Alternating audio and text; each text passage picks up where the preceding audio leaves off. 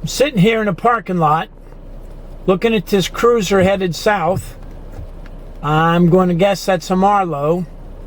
But the silly question to ask on this nasty, cold, rainy day, would you rather be at work with your toasty heater at your toes, or would you rather be out there on that boat headed south? Palm Beach, Stewart, Fort Lauderdale, Miami, the Florida Keys. Your pick.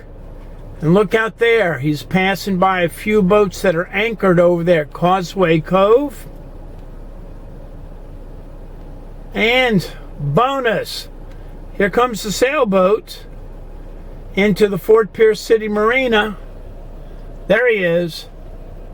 And you've got to ask yourself, although they're out there doing it, would you rather do it on a powerboat inside a pilot house, or would you rather do it on a sailboat wearing a $300 rain suit and $200 rubber boots and having a little chill and teeth chatter?